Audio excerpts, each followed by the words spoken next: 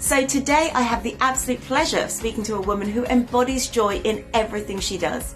She's a successful engineering consultant who moved from the corporate world into stand-up comedy and now hosts the amazing Balkan comedy bubble, which nurtures new talent. And not only is she exceptional behind the mic herself, but she also dons full Strictly regalia because she's a competitive ballroom dancer in her spare time. And you'll notice just one moment in her presence, you'll feel her warmth light up the room. I am with the sensational Gordana Micic.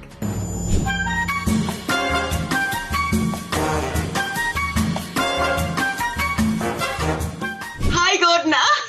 Hello, lovely to be here. Thank you for inviting me, Audrey. And thank you so much. I'm a big fan of your show, so delighted to be here.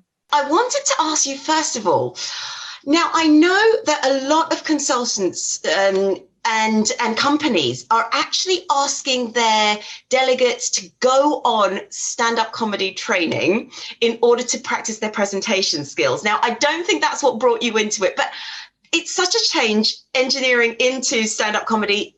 Tell me your story.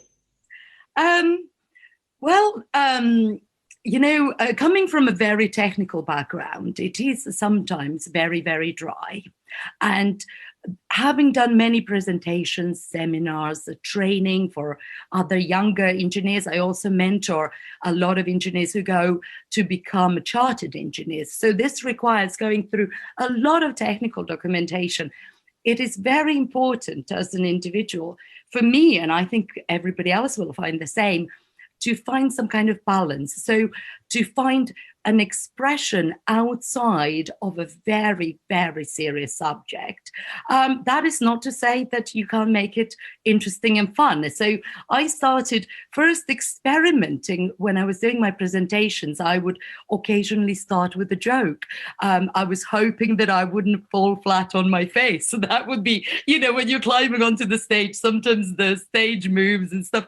So, and I found more clumsy I appeared, people liked me more because there was a certain humility that came across after I lost my partner tragically. And I know this is kind of, mental health is so, so important. And sometimes we actually have a carpet taken under our feet, and finding the balance again when something so traumatic happens. I find myself with 3 children, being a single mother, and naturally my whole mood, I'm naturally positive and full of energy, it went down. And I had to really do some deep searching what it was that I enjoyed most, because in those times of great sadness, we forget what is it that actually makes our life tick. One of the things that I do very well is keeping myself busy. But that's not enough.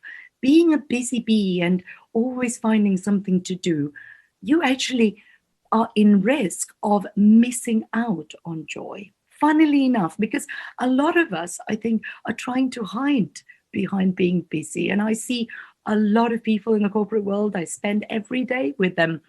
I see them calling themselves workaholics. What that tells me that they are actually switching something off in their life that isn't working. And I know it is a kind of touchy subject for some people because they won't face up to it. I've been a workaholic, and that was when I was towards some things. So to find joy, and for example, this morning, I even posted it on social media, I just make sure that every maybe couple of hours each day, find something to feel grateful for, find something that I treat as a meditation, as a moment to give my brain a break. Tell me about the ballroom world and the competitive world. What is it like realistically? Yes. Well, I thought at this point I'll put my dancing hat on. There we go, just to be a little bit more flamboyant, to separate myself. Still a comedian, you see, my little samba hat. For the dancing, I think it's a fantastic tool for anybody who wants to be fitter. who wants to be more confident. And it doesn't mean if you've got two left feet and if you like this music or the other, that you can always, adjust the music to, whatever dances you like. There's such a variety. I've seen people dance tango to heavy metal versions of things, so you can, we are in the 21st century, so people are kind of accepting diversity of creations. One thing that dance is very important for any kind of performance is the posture. So actually, it's a number one thing why I do it, because it reminds me to keep my body straight. And I look so ridiculous with this hat. I love it. It's so colourful and brilliant. It's fantastic. It reminds me to keep my body in the optimum position for myself. And that is to allow oxygen to feed my different parts of my body. So it's a very simple, common sense thing. And a lot of the times especially when we're spending time sitting down, we're not very good at posture.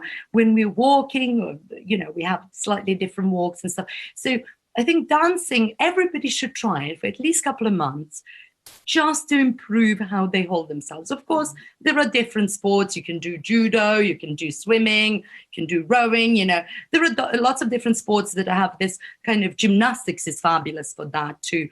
But dancing gives you that edge on how you hold yourself, because you're being judged before you even step onto that dance floor. You are standing on the side. People are already looking, how composed are you? How focused? How you're standing? Your feet, posture, shoulders, are they down? Are they up? Are you nervous? You can tell the dancer that's nervous because that's what they do. In fact, comedians that are nervous, they do that same thing, I found out. So putting your shoulders down, allowing yourself to breathe fully.